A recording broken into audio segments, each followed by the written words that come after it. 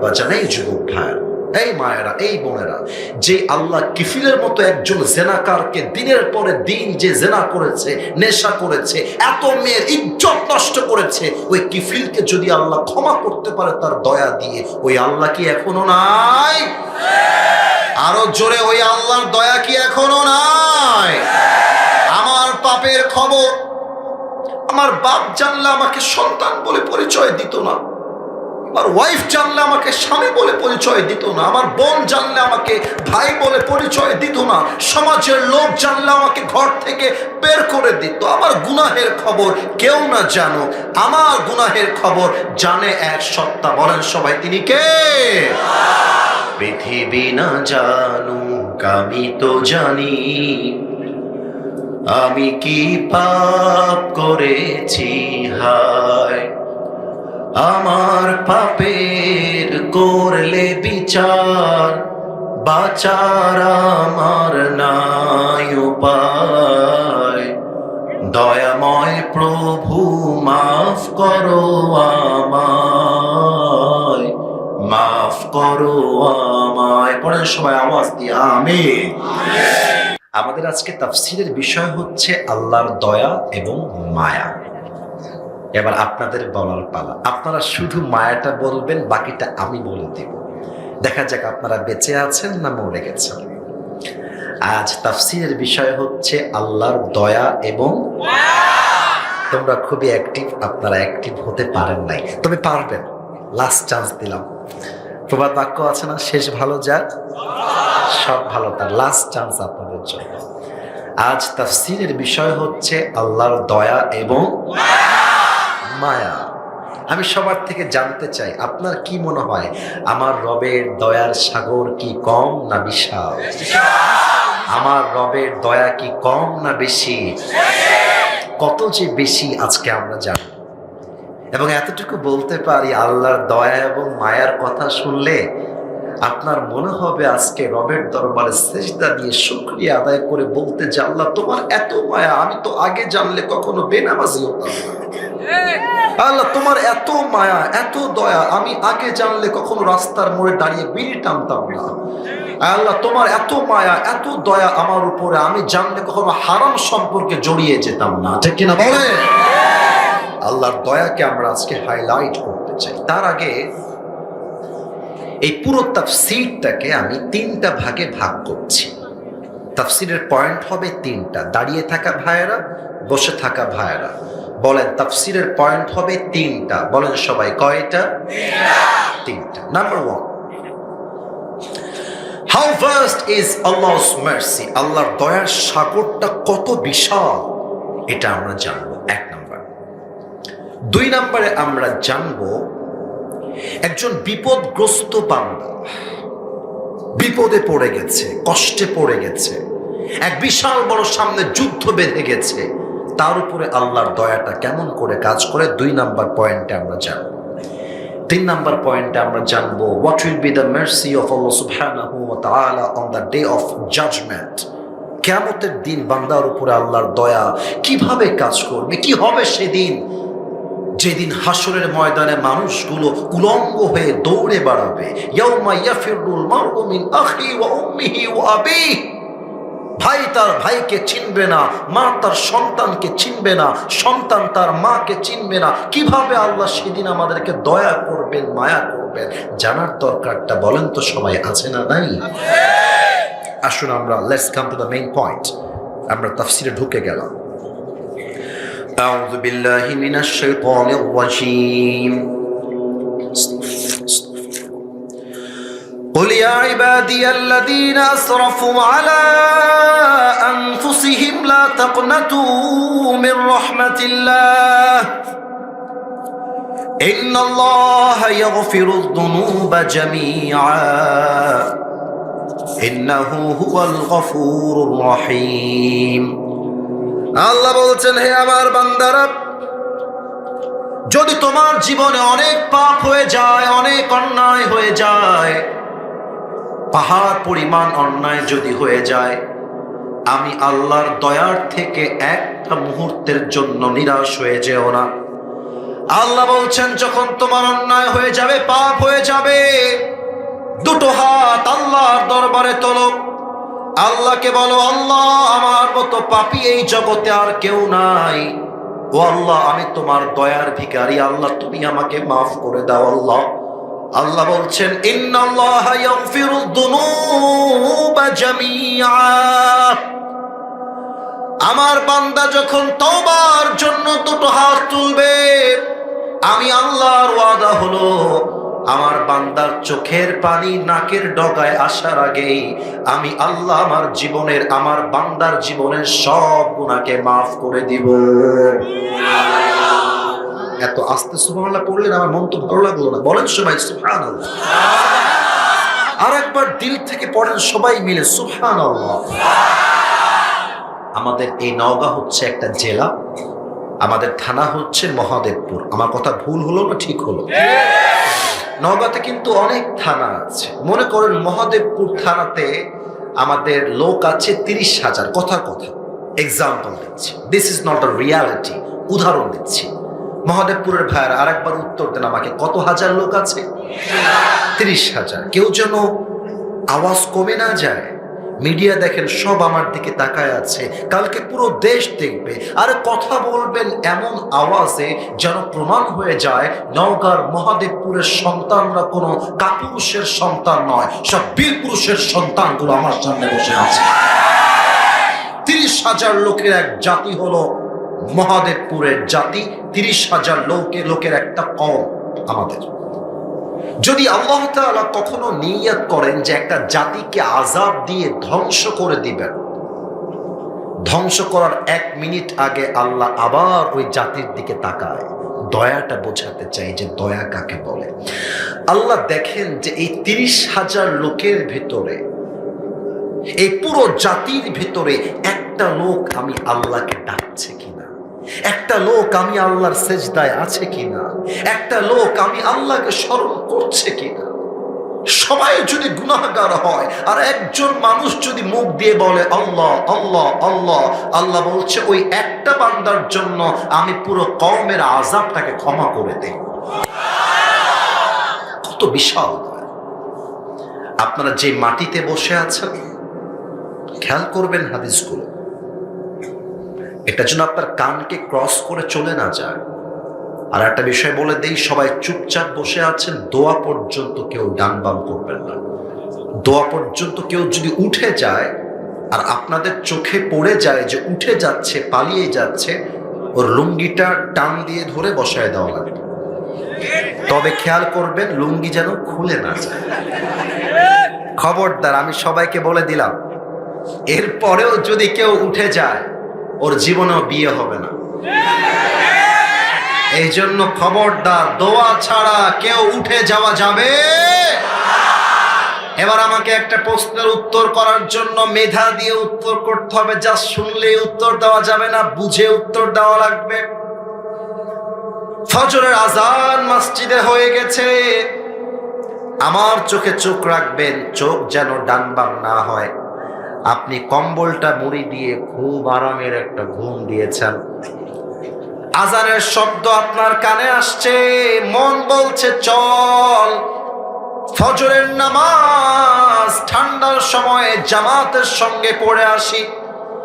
কিন্তু আরেকজন গায়েবী ভাবে আপনার কানে কানে বলছে আর একটু ঘুমা, সময় তো আছে।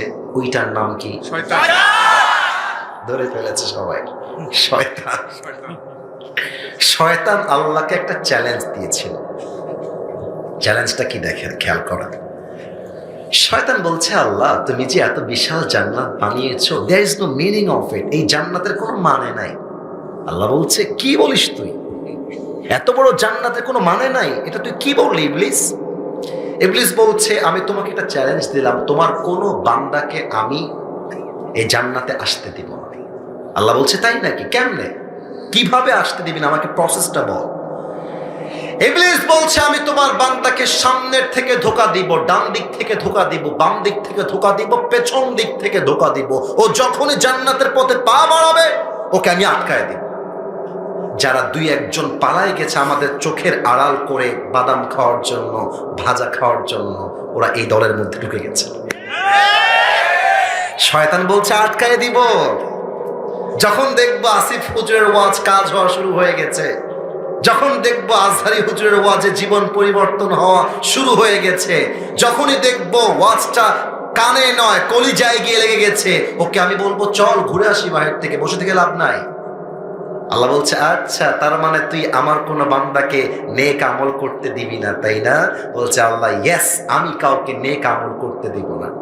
আল্লাহ বলছে ওকে, চ্যালেঞ্জ ইজ অ্যাকসেপ্টেড, তোর চ্যালেঞ্জ আমি আল্লাহ গ্রহণ করলাম। তবে শোন, তুই আমার বান্দাকে ধোঁকা দিবি, গুনাহের কাজ করবার জন্য বারবার বারবার উৎসাহিত করবি।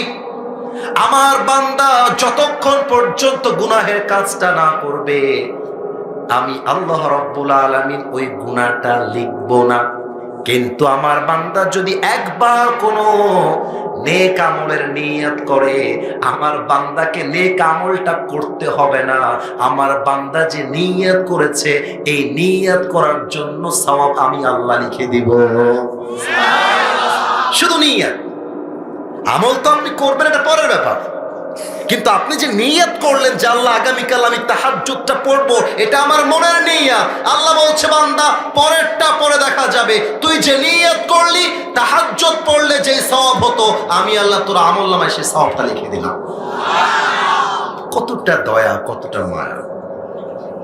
মুসা আলাইহিস সালামের যুগে একজন যুবক ছিল, তার নাম ছিল কিফিল। দেখা যাক আপনারা বুঝতে পারলেন কিনা। নাম হচ্ছে কিফিল, মুরব্বী যুবক। কি নাম? কিফিল। আর একবার সবার থেকে শুনতে চাই, কি নাম? কিফিল। এটা বনি ইসরাঈলের বর্ণনা। এটা বলা জায়েজ, এটা বলা না জায়েজ কিছু নয়। ওই যুবক এমন একজন যুবক ছিল, শুনতে একটু খারাপ লাগবে, তবে আমি জাস্ট বোঝাবার স্বার্থে ঘটনা বলতেছি, যাতে আল্লাহর দয়াটা আপনারা বুঝতে পারেন। এই যুবক প্রত্যেক দিন এক একজন নারীকে বাসায় নিয়ে আসতো, আর তার সঙ্গে জেনা তথা ব্যভিচার করত। এক এক দিন এক এক নারী, এক এক দিন এক এক নারী, অলওয়েজ নিউ, প্রতিনিয়ত সে নারী পরিবর্তন করত আর জেনা করত। একদিন একজন সুন্দরী মেয়েকে কিফিল তার বাসায় নিয়ে আসছে। কিফিল যখন তার সঙ্গে জেনার কাজ করতে যাবে, হঠাৎ করে তার চোখে চোখ পড়েছে কিফিলের। লুক অ্যাট মাই আইস, আমার চোখের দিকে তাকাও। তো দেখতেছে এই দুই চোখ দিয়ে অঝরে মেয়েটার পানি ঝরতেছে। কিফিল বলতেছে আশ্চর্য কথা, আজ অব্দি এত পতিতা আমার বাসায় এসেছে, কারো চোখে তো পানি দেখি নাই, সবাই তো টাকার বিনিময়ে ইজ্জতকে বিলীন করে দিয়েছে, এই মেয়ের চোখে পানি কেন? Why she is crying? তোমার চোখে পানি কেন? প্রিয় বোন আমার, দৌড় দিয়ে আসছে ওর কাছে। মেয়েটা বলছে কিফিল দেখো, আমি কোনো পতিতা না, আমি কোনো প্রস্টিটিউট না, আমি একজন পবিত্রা মেয়ে, আমি একজন মুসলমান ঘরের মেয়ে। আমার গায়ে আজ অব্দি কোনো পুরুষ কখনো হারাম ভাবে টাচ করে নাই, তুমি প্রথম যে আমার ইজ্জত নিতে আসছো। একটা কথা কিফিলের কলিজায় গিয়ে আঘাত করছে যে ওকে কেউ টাচ করে নাই, আমি ওর ইজ্জত নষ্ট করতে আসছি। কিফিলের নিয়ত পরিবর্তন হয়ে গেছে। কিফিল বলছে প্রিয় বোন আমার, আমি তোমাকে কিফিল ওয়াদা দিলাম, তোমাকে একটা টাচ আমি হারাম ভাবে করব না, ওই আল্লাহর দিকে তাকিয়ে আজকে আমি তোমাকে মুক্ত করে দিলাম। মেয়েটার চোখের পানি আরো বেড়ে গেছে। বলছে কিফিল তুমি কি আমাকে সত্যি ছেড়ে দিয়েছো, আমাকে হারাম কাজে বাধ্য করবা না? বলছে হ্যাঁ হ্যাঁ সত্যি তোমাকে ছেড়ে দিয়েছি। তো মেয়েটা বলছে তোমার যদি কিছু চাওয়ার মতো থাকে আমাকে বলো। যুবক বলছে কিচ্ছু চাই না, তুমি জাস্ট আল্লাহর কাছে দোয়া করে দাও যে আল্লাহ তুমি এই যুবককে মাফ করে দাও, আমাকে যেন আল্লাহ মাফ করে, এটা ছাড়া আমার আর চাওয়ার মতো কিছু নাই। মেয়েটা দোয়া করে বাড়ি থেকে বের হয়ে গেছে।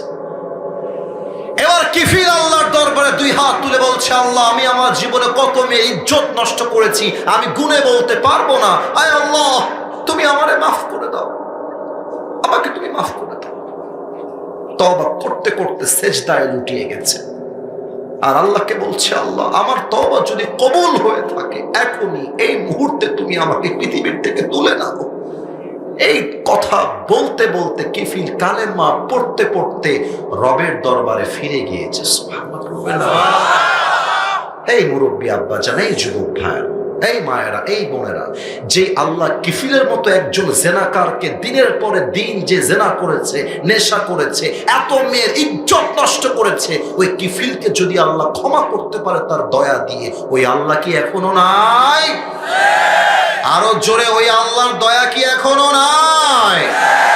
আমার পাপের খবর আমার বাপ জানলে আমাকে সন্তান বলে পরিচয় দিত না, আমার ওয়াইফ জানলে আমাকে স্বামী বলে পরিচয় দিত না, আমার বোন জানলে আমাকে ভাই বলে পরিচয় দিত না, সমাজের লোক জানলে আমাকে ঘর থেকে বের করে দিত। আমার গুনাহের খবর কেউ না জানো, আমার গুনাহের খবর জানে এক সত্তা, বলেন সবাই তিনি কে?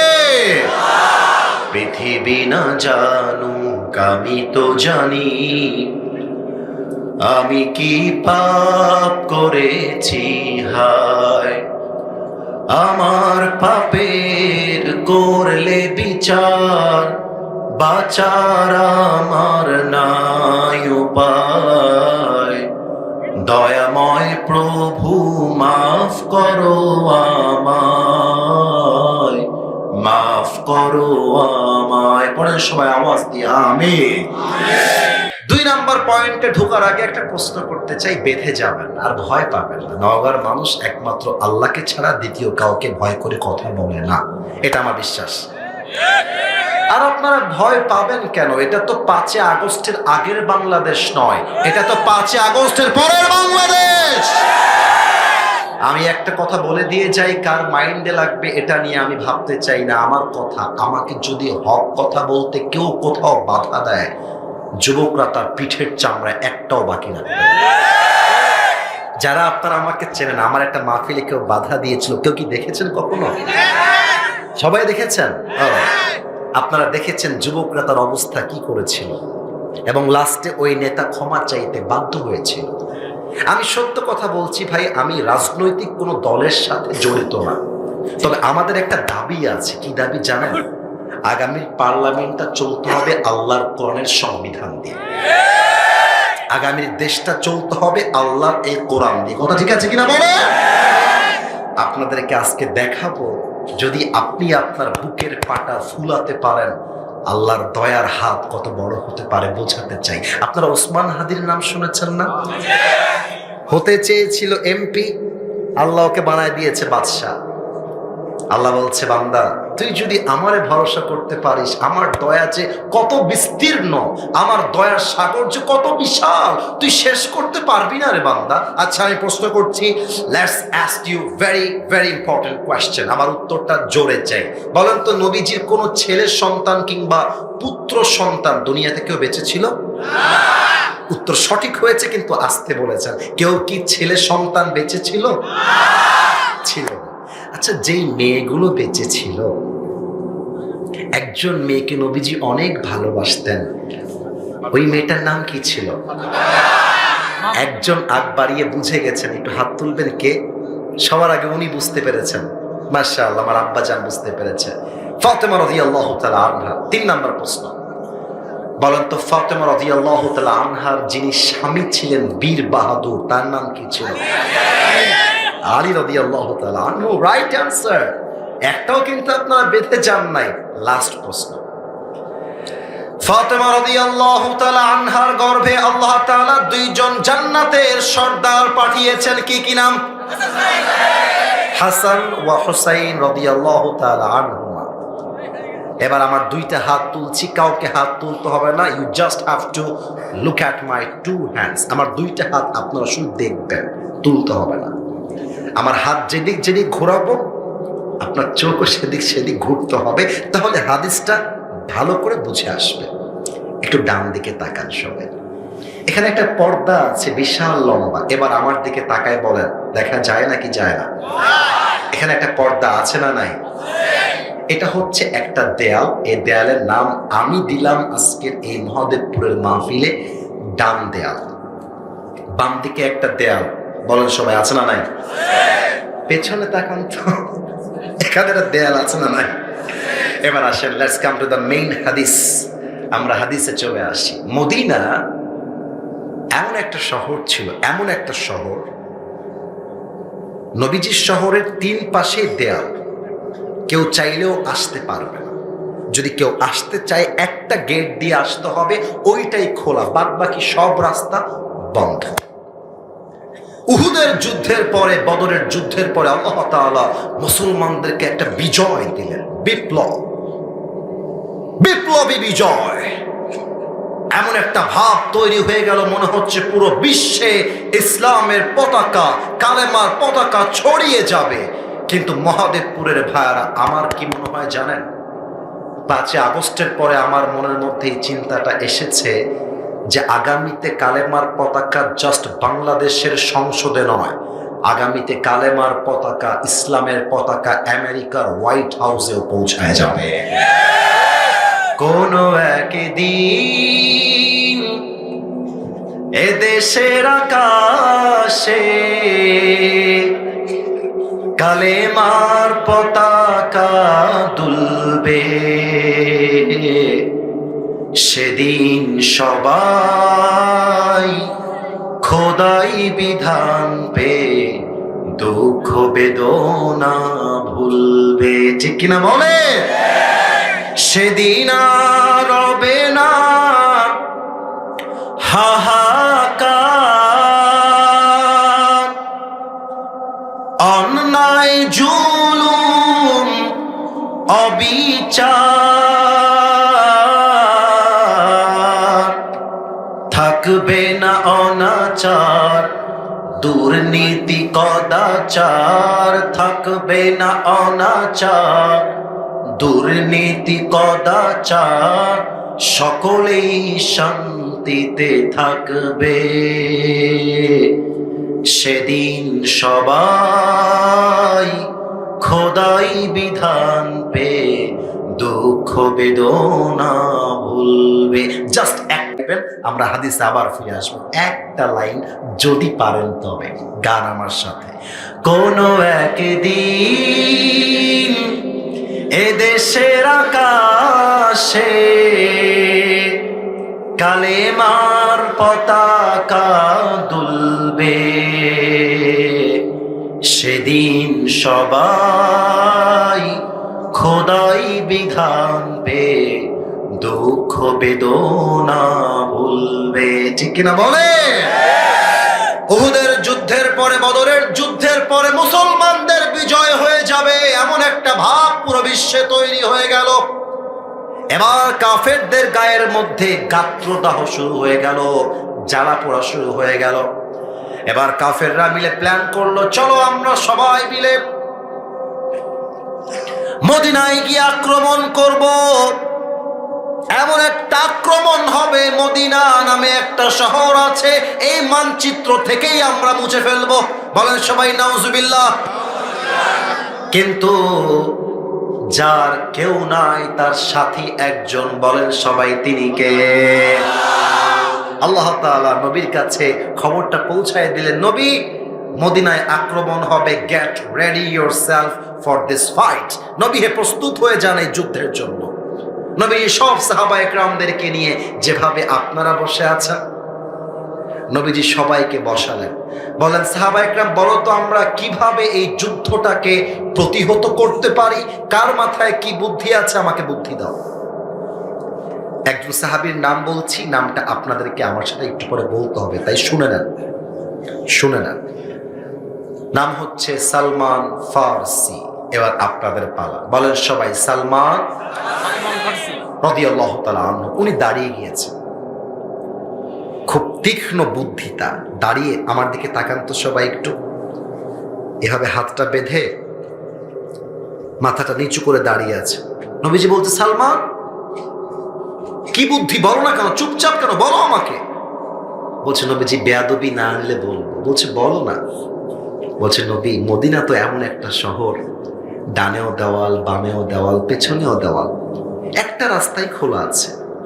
তো নবীজি আপনি একটা কাজ করেন, এই পুরো রাস্তা কেটে কেটে খনন করে একটা খাল খনন করেন। খাল, আপনারা খালকে কি বলেন নওগাঁর ভাষায়? খালি বলেন। খাল খনন করেন, পানি উঠবে, কাফেররা ঘোড়া নিয়ে আসবে, রাস্তা একটাই খোলা, পানি দিয়ে ভরা, ওরা চাইলেও ঘোড়া নিয়ে একসাথে আক্রমণ করতে পারবে না। সুবহানাল্লাহ পড়বেন না আপনারা মিয়া? বাস যেই প্ল্যান সেই কাজ শুরু। 6 দিন সময়ে 9 মিটার চওড়া, প্রায় 8 থেকে 10 মিটার গভীর, 4 থেকে 5 কিলো লম্বা বিশাল একটা খাল মুসলমানরা তৈরি করে ফেলল। এখন কাফেররা যখন অ্যাটাক করতে আসছে মদিনায়, একটা রাস্তাই খোলা, দেখছে পুরো রাস্তা পানি আর পানি, পানি আর পানি। কাফেররা স্টপ হয়ে গেছে। এবার এক কাফের নাম বলবো, এই নামটাও মুখস্থ করতে হবে। নাম হচ্ছে আমর বিন মারহাব। এবার আপনাদের জবাব দেওয়ার পালা। আমর বিন কি হাব? বামের ভাইয়েরা আমাকে আওয়াজ দেন নাই, আর একবার। আমর বিন কি হাব? মারহাব। ওই কাফের ডাক দিয়ে বলছে, পানি টানি দিয়ে সবাই আটকে যাবে, আমি আমর বিনকে আটকে দেওয়া যাবে না। আমি আমর বিন মারহাবকে আটকে দেওয়া সম্ভব নয়। আমি এই পানি সাঁতরে সাঁতরে একাই গিয়ে মদিনায় অ্যাটাক করব। যেই কথা সেই কাজ, লাভ দিয়েছে, পানিতে লাভ দিয়েছে, সাঁতরে সাঁতরে মদিনায় পৌঁছায় গিয়েছে। মদিনায় ঢুকে চিৎকার দিয়ে বলছে, হালুম্মু ইলাইয়া ইন কুনতুম সাদিকিন। কোন বাপের বেটা আছিস আমি আমর বিন মারহাবের সঙ্গে যুদ্ধ করবি? বুকের পাটা থাকলে আমার সামনে দাঁড়িয়ে যাও। হালুম্মু ইলাইয়া ইন কুনতুম সাদিকিন। কে আছিস? বের হ। সব সাহাবীরা বের হয়ে আসছে, নবীজিও বের হয়ে আসছে। সাহাবীরা যখন দেখছে এটা আমর বিন মারহাব, এ তো এক বিশাল বীর সৈনিক, বাহাদুর। আমার মাথার টুপির দিকে খেয়াল করেন, এই টুপিটা হচ্ছে কাপড়ের টুপি, কিন্তু আমর বিন মারহাবের মাথায় যে টুপিটা আছে এটা লোহার টুপি। আমার বুকের দিকে খেয়াল করেন, আমি জামা পরে আছি কাপড়ের জামা, ও এই পুরো জামাটা হচ্ছে লোহার জামা। কেউ সামনে আগায় না। নবীজি বলছে, এই সাহাবা একরাম কে আছো আমর বিন মারহাবের সঙ্গে যুদ্ধ করে মুসলমানদের ঐতিহ্যকে ধরে রাখবা? কোন বাপের বেটা আছো? দাঁড়িয়ে যাও।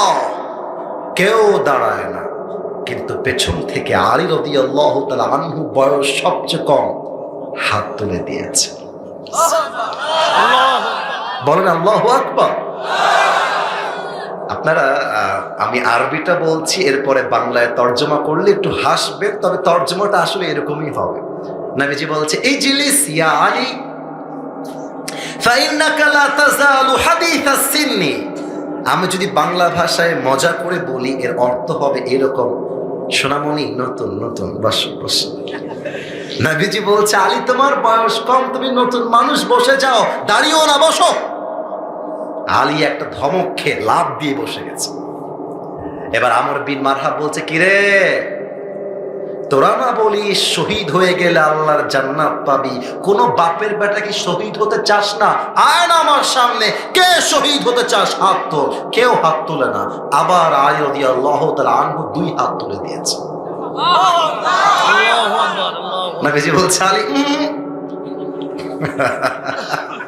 বসো, আলী বসো, ছোট বয়স কম, তোমার বসো।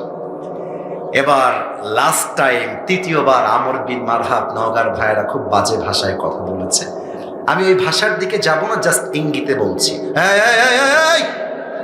কে এটা? কে এটা? এই যে মাঝখানে 2 জন। তো তোমরা যদি ঠান্ডার মধ্যে ওয়াজ শুনতে না পারো, তোমরা আলীর মতো মাঠে ময়দানে যুদ্ধ করবা কেমন করে? ঠিক কিনা বলে? এই তোমার ইমানের জোর, ঠান্ডার জোরে 2 জন পালায় গেলা। 1 ঘন্টা যাবত ওয়াজ করতেছি, মানুষগুলো চাতক পাখির মতো বসে আছে। এই 2 জন ছাড়া কেউ যদি আরেকবার উঠে যায়, আমরা ধমক দিয়ে লুঙ্গিটা টান দিয়ে ধরে বসায় দেওয়া লাগবে। ঠিক কিনা বলে? এবার আমর বিন মারহাব বলছে, তোদের মাঝে কেউ যদি এক বাপের বেটা হয়ে থাকিস, এক বাপের বেটা বলতে কি বুঝিয়েছে ওইটা ব্যাখ্যা আমি দিতে চাই না। তোদের মাঝে কেউ যদি মায়ের বুকের দুধ খেয়ে থাকিস, তোদের মাঝে কেউ যদি মায়ের বুককে খালি করতে চাস, সন্তানকে ইয়াতীম করতে চাস, বউকে বিধবা করতে চাস, বুকের পাটা থাকলে আমার সামনে হয়। সব চুপচাপ বসে আছে। নবীজি বলছে, কে আছো? হাত তোলো। কেউ হাত তুলে না। তৃতীয়বার আবারও আলী রাদিয়াল্লাহু তাআলা আনহু 2 হাতটা তুলে দিয়েছে। আল্লাহু আকবার। এবার নবীজি বলছে, আলী এদিকে আসো, আমার সামনে তো দেখানোর মতো কিছু নেই। আচ্ছা, এটা আছে। এই টিস্যুর বক্স কি দেখা যায় ভাইজান? আপনারা একটু জোরে বললে খুশি হতাম। এটা দেখা যায়? নবীজি বলছে আলী আমার কাছে আসো। এক বিশাল লম্বা তরবারি, আমি হাদিসের নামটা বলে দিচ্ছি, হাদিসে আসছে নামটা হচ্ছে জুলফিকার। বলেন একবার সবাই মিলে, কি ফিকার? জুলফিকার। আমি একটু মাইকটা হটাচ্ছি। নবীজি বলছে আলী এই নাও তোমার যুদ্ধের তরবারি। আলী ধরেছে যুদ্ধের তরবারিটা দুই হাত দিয়ে শক্ত করে। আলী তরবারি পাওয়ার পরে আর দেরি করে নাই, দৌড় দিয়েছে যুদ্ধের জন্য। নবীজি বলছে আলী থামো, এদিকে আসো। আলী দৌড় দিয়ে আসছে। মালাকা ইয়া রাসূলুল্লাহ, হে নবী আপনি আমাকে আবার ডাকলেন কেন? আমি তো শহীদ হওয়ার জন্য প্রস্তুত আছি। সুবহানাল্লাহ বলেন নি আপনারা সবাই? নবীজি বলছে আলী যুদ্ধে যাচ্ছ ঠিক আছে, নো প্রবলেম, বাট একটা কথা মাথায় রাখবা, ইযহাব ফাইনাল্লাহা মাআকা। যাও যুদ্ধে নেমে পড়ো, কিন্তু কখনো যদি হতাশ লাগে, একা লাগে, মনে রাখবা তুমি একা নও আলী, তোমার সঙ্গে দয়া আছে, মায়া আছে, ভরসা আছে এক সত্তা।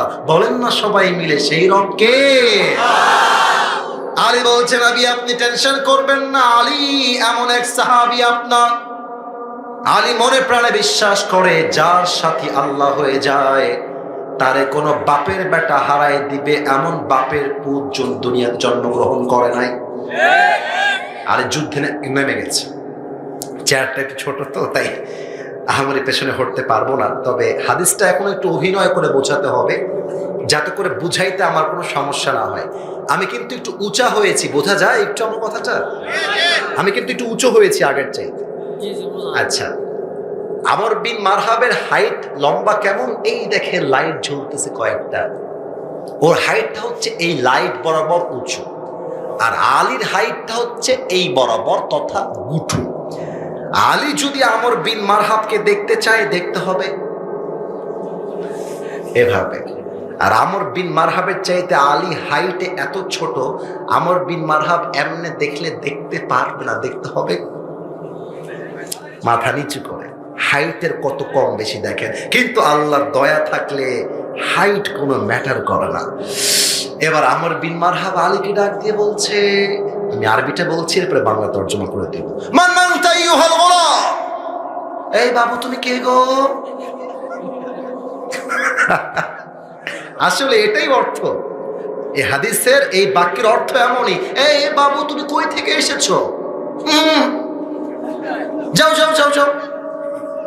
তো আলীর মাথা তো গরম হয়ে গেছে, আমারে বাবু বলে, আমি হলাম আসাদুল্লাহ, আমারে বেটা কয় আমি নাকি বাবু। আলী রাগকে কন্ট্রোল করেছে নবীর কথা মানার জন্য, বলছে আনাল্লাযী সাম্মাতনি উম্মি হায়দারা, আমি হলাম বনের সিংহ, বাঘ তথা সিংহ। আমি হলাম এমন এক সিংহ যখন শিকার করতে চাই, শিকার যতক্ষণ পর্যন্ত করতে না পারি আমার আক্রমণটা থেমে যায় না, আমি হলাম সেই সিংহ। আল্লাহু আকবার। এবার আমর বিন মারহাব টিটকারি মেরে বলছে, ও আচ্ছা টিটকারি, তুমি সিংহ? আরে বেটা তোর আসল নাম কি তাই বল, তোর বাপের দেওয়া আসল নাম। বলছে আনা আলী, ইসমি আলী, আমার নাম হচ্ছে আলী। তখন আমর বিন মারহাব শুনে অবাক হয়ে গেছে, বলছে আলী? আনতা আলী বিন আব্দুল মুত্তালিব? কিরে বাবা তোমার বাবার নাম কি আব্দুল মুত্তালিব?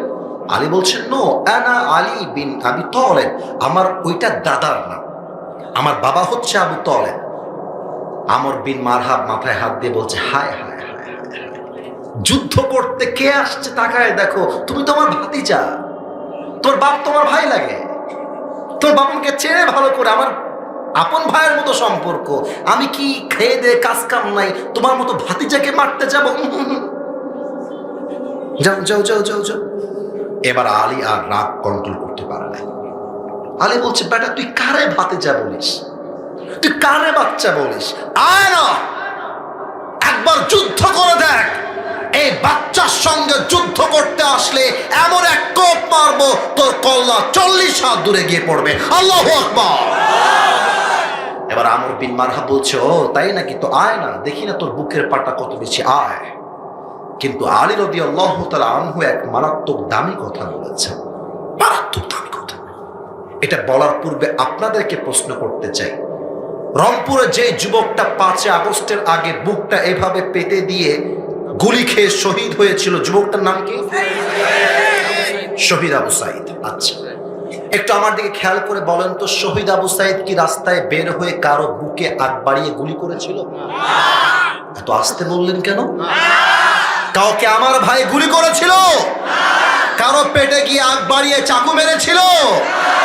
তাহলে আপনারা আমার ভাইয়ের বুকে গুলি করলেন কেন? কেন করলেন? তার মানে এটা প্রমাণ করে মুসলমান কাউকে আগ বাড়িয়ে মারতে চায় না। কিন্তু মুসলমানকে মারার জন্য যে হাতটা আগ বাড়িয়ে উঠে আসে, ওই হাতকে মুসলমানরা ভেঙ্গে গুড়িয়ে দেয়। আলী বলছে, আমর বিন মারহাব, আমি তোমাকে আগ বাড়ায় মারতে পারবো না, এটা আমার ইসলাম শেখায় নাই। কি কথা, কোন পর্যায়ে, কোন কথা বলছে? তুমি আমাকে মারবা, আমাকে যখন অ্যাটাক করবা তখন আমি তোমাকে ডিফেন্স অ্যাটাক করব। ডিফেন্স অ্যাটাক মানে বোঝেন? মানে ডাকাত আপনাকে মারতে আসছে, আপনি ডাকাতকে মারতে চান নাই, এখন ডাকাত মারতে আসার সময় আপনি দিয়েছেন চাকু ঢুকায়, এটা তো কোনো অন্যায় নাই, কারণ আপনি সেলফ প্রোটেক্ট, সেলফ ডিফেন্স। আমাকে বাঁচতে হবে তো, আর আমাকে বাঁচতে হলে আমাকে যে অ্যাটাক করছে ওকে আগে মারতে হবে। কথা ঠিক আছে কিনা বলে? আগে তুমি আমাকে মারতে আসো। এবার আমর বিন মারহাব কি করেছে দেখার জন্য কিন্তু আমাকে দেখতে হবে। আমর বিন মারহাব 2 কদম পেছনে আসছে, ওর হাতের যে তরবারিটা আছে এইটাকে আমার দিকে খেয়াল করবেন, এইভাবে ধরেছে, তরবারি বিশাল, আর 2 পায়ের 2টা 2 legs are attached together, 2টা পাকে একসাথে মিশিয়েছে, তরবারিটা সামনের দিকে এভাবে ধরে একটা লাফ দিয়েছে। আমি না দেখাইলে ভালো করে বুঝবে না। লাফ দেওয়ার পরে এটাকে এভাবে ধরা ছিল তো, এটাকে পেছনে নিয়ে আসছে, আর একটা লাফ দিয়ে আলী রাদিয়াল্লাহু তাআলা আনহু ডান কাঁধে এক বিশাল আঘাত দিয়েছে। আর আলী রাদিয়াল্লাহু তাআলা আনহু নবীজির দেওয়া জুলফিকারটা এভাবে ডান হাত দিয়ে তুলে ধরে বলছে, হাসবুনাল্লাহু ওয়া নি'মাল ওয়াকিল, নি'মাল মাওলা ওয়া নি'মান নাসির। আহা, যেই আঘাতে আলীর পুরো দেহটা 2 ভাগ হয়ে যাবে। আল্লাহর দয়া কাকে বলে, আল্লাহর মায়া কারে কয়? ওই আঘাতটা দেহ কাটবে তো দূরের কথা, ওই আঘাতটা আলীর জামা পর্যন্ত স্পর্শ করতে পারে না। সুবহানাল্লাহ। এবার আমর বিন মারহাব খেয়াল করে দেখছে, আলীর তো একটা বাঁকা চুলও সোজা করতে পারলাম না, থরথর করে কাঁপছে, ভয় লেগে গেছে। আরে এত জোরে আঘাত করেও কিছু হলো না, থরথর করে কাঁপছে। এবার আলী বলছে, সোনামণি এবার তুমি রেডি হয়ে যাও, এবার কে ভাতিজা আর কে বাবু এটা তোমাকে আমি টের পাওয়াই দিব। আলী রাদিয়াল্লাহু তাআলা আনহু 2 কদম পেছনে আসছে, 2 legs are attached together, 2টা পাকে একসাথে করেছে, নবীর দেওয়া জুলফিকারটাকে এভাবে মেলে ধরেছে, জমিন থেকে একটা লাফ দিয়ে উঁচুতে উঠে গেছে, তরবারিটা পেছন দিক থেকে নিয়ে সোজা করে নারে তাকবীর আল্লাহু আকবার বলে আমর বিন মারহাবের মাঝ বরাবর একটা আঘাত দিয়েছে। আমর বিন মারহাব তার ঢালটা এভাবে উঁচু করে ধরেছে, কিন্তু আলীর গায়ের আঘাতে এতটা জোর ছিল, এক আঘাতে আমর বিন মারহাবের ঢালটা ভেঙে 2 টুকরো হয়ে একটা কোপে আমর বিন মারহাবের পুরো দেহটা 2 ভাগ হয়ে কেটে জমিনে ছিটকে পড়ে গেছে।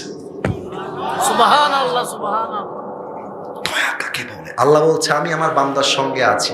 কে কি করবে দেখায় দেখা, কে করবে? রাখে আল্লাহ, মারে কে? মারে আল্লাহ। একটা উর্দু কবিতা মনে পড়ে গেল, আমি আসলে বলতে চাই নাই, বাট মনে পড়ে গেল। আমার বিশ্বাস আপনারা, যদিও বা বাঙালি আমরা, কিন্তু উর্দু কবিতা আমি বললে আমার বিশ্বাস মুরব্বী এবং যুবক বাংলা তর্জমা করা ছাড়াই বুঝতে পারবে। কথা কি ঠিক আছে নাকি বলেন সবাই আপনারা? দেখা যাক আপনারা বুঝতে পারেন কিনা এটার সাথে রিলেটেড। যদি আপনারা উর্দু কবিতার অর্থ সত্যিই বুঝতে পারেন, এখন যেমন ঠিক ঠিক বলছেন তখনও ঠিক ঠিক বলবেন, যাতে আমি বুঝতে পারি যে হ্যাঁ, আমি একা বুঝতেছি না, সবাই বুঝতেছে। আল্লামা ইকবাল রাহমাতুল্লাহি আলাইহি তার কবিতায় লিখেছেন, गम के बाद खुशी जरूर आती है और ये खुशी अपनी रब की तरफ से ही आती है। हर रात के बाद दिन की रोशनी जैसे छा जाती है, सबर करने वाले बंदों को खुदा की तरफ से नेमत वैसे ही मिल जाती है। जो दुख में भी अपनी रब को याद करता है, रब उसका हाथ कभी नहीं छोड़ता। जो दुनिया से कुछ ना कहे बस अपनी रब से कहता है, उसकी दुआओं का जवाब हमेशा खामोशी में आता है। मेरे दोस्त, इसलिए जब तुझे मांगना हो तो उसी से मांग, जब तुझे पुकारना हो तो उसी को पुकार, और जब तुझे भरोसा करना हो तो उसी पर कर, क्योंकि भरोसे के काबिल, एतमाद के काबिल, यकीन के काबिल, ईमान के काबिल सिर्फ वही है। वो तेरा रब है, वो तेरा अल्लाह है। আল্লামা ইকবাল লিখেছেন, ভরসা করতে চাইলে আল্লাহকে করো, ঈমান আনতে হলে আল্লাহকে করো, এবং মনে রেখো ওমাই ইয়াতাওয়াক্কাল আলাল্লাহি ফাহুয়া হাসবু, যে বান্দা সুখে দুঃখে আপদে বিপদে আল্লাহর উপরে ভরসা করতে পারে, আল্লাহর দয়া একাই তার জন্য যথেষ্ট হয়ে যায়। পড়েন সুবহানাল্লাহ। এবার সবাই দুই হাত তুলেন। Everybody raise your two hands. এতক্ষণ কাউকে দুই হাত তুলতে বলি নাই, কিন্তু এখন তুলতে বললাম। আমি জানি অনেক ঠান্ডা, আপনারা আমার ভাইরাও কাঁপতেছে, আমি খেয়াল করতেছি তাকায় তাকায়। কিন্তু এই মুহূর্তে আমি 3টা ওয়াদা করাতে চাই আপনাদেরকে, 2টা আল্লাহর সাথে, একটা আমার সাথে। একটু সবাই মিলে কাশি দেন। মাশাআল্লাহ, খুব সুন্দর একটা কাশি আপনারা দিয়েছেন। এবার আমি যা যা বলতে বলবো আপনারা তাই তাই বলবেন। হাতটা খুব উঁচু করতে হবে তা না, হালকা উঁচু করলেই আমি খুশি হব। আপনাদের হাত যদি ব্যথা হয়ে যায় আমারও ব্যথা লাগবে, কারণ আপনারা সবাই আমার ভালোবাসার মানুষ, ঠিক কিনা বলে? তাহলে হাতটা হালকা উঁচু করে আমি যা যা বলতে বলি তাই তাই বলেন। বলেন জবান খুলে আল্লাহ। এটা একটু আস্তে হয়ে গেল, একটু জোরে বলেন আল্লাহ। যদি জোরে জোরে বলেন দেখবেন যে আপনাদের গায়ের মধ্যে যে ঠান্ডা লাগতেছে না, আমার হাতটা কেমন হয়ে জানেন, বরফ পড়েছে এমন হয়ে যাচ্ছে আমার হাতটা। তবুও যদি চিৎকার দেন দেখবেন গরম লাগা শুরু হয়ে গেছে। বলেন একবার আল্লাহ। তোমার শাহী দরবারে দিল থেকে তওবা করছি, ও আল্লাহ, তুমি আমার জীবনের সব গুনাহ মাফ করে দাও। জোরে বললেন না? আর একবার বলা যাবে না? বলেন সবাই আওয়াজ দিয়ে আমিন। 2 নাম্বার ওয়াদা, বলেন আল্লাহ। একটু মায়া নিয়ে ডাকেন তো, ও আমার আল্লাহ, আমি তোমাকে ওয়াদা দিলাম। এটা যদি আস্তে বলেন আমি দোয়ার দিকে যাব না। আরেকবার বলেন ওয়াদা দিলাম, আজ থেকে 1 ওয়াক্ত नमाज, और भी जोर से बोलो नमाज, কখনো আর। এবার একটু কষ্ট করে 2টা হাত উঁচুতে তোলেন, আমি যেমনে দেখাই তেমনে করবেন, ঠিক আছে? বলেন সবাই ছাড়বো না। হাত নড়ে নাই তো ভাই, বলেন ছাড়বো না। বলেন সবাই আওয়াজ দিয়ে ইনশাআল্লাহ। এবার হাতটা নামিয়ে আমাকে একটা ডাক দেন, বলেন হুজুর। আচ্ছা আমার নাম ধরে ডাকেন, আসিফ হুজুর। আমরা নওগাঁ মহাদেবপুরের সন্তান, আপনাকে ওয়াদা দিলাম, দোয়া শেষ না করে আমরা কেউ উঠে এবার মাথাটা ঝাঁকিয়ে আমাকে দেখে দেখে বলেন যাব না, আর ভি জোর সে যাব না। আচ্ছা একটু মুরব্বীরা যারা এসেছেন, মায়েরা যারা এসেছেন, আবার কবে আসবো আল্লাহ ছাড়া নতুন নতুন ওই যে একজন সাদা, ওর জীবনেও ওই বউ খুঁজে পাবে না, জীবনেও না। আমি আমার আব্বা জানদের কাছে রিকোয়েস্ট করে যেতে চাই, মায়েদের কাছে বলতে চাই, মাদক মুক্ত সমাজ করতে চাইলে যুবকদেরকে বিয়ে দেওয়া ছাড়া সেকেন্ড কোনো অপশন নাই। যুবক ভাই, আমি প্রত্যেকটা আব্বাকে বলতে চাই, আপনার ছেলেকে যদি সফল দেখতে চান